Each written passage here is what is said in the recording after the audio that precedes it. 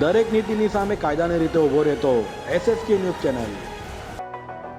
વીરનારમાં દક્ષિણ ગુજરાત યુનિવર્સિટીના કોન્ટ્રાક્ટ પરના કર્મચારીઓએ 2 મહિનાનો કોન્ટ્રાક્ટ અપાતા વિરોધ કરાયો હતો।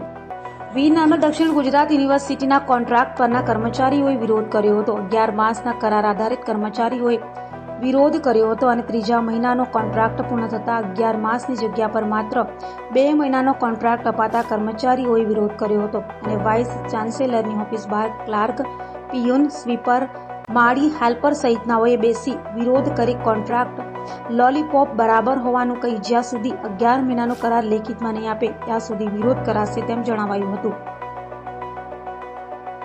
મારું નામ વર્ષા પરમાર છે। હું ડિપાર્ટમેન્ટ ઓફ આઈસીટી પર છેલ્લા 11 વર્ષથી જુનિયર ક્લાર્કના 11 માસ કરાર આધારિત તરીકે કામ કરું છું। લાસ્ટ એમાં અમને 11 માસ કરાર આધારિત તરીકે ઇન્ટરવ્યુ લઈને 3 માસ માટે આચાર સંહિતાના લીધે 3 માસ માટે રિન્યુ કરવામાં આવ્યો હતો।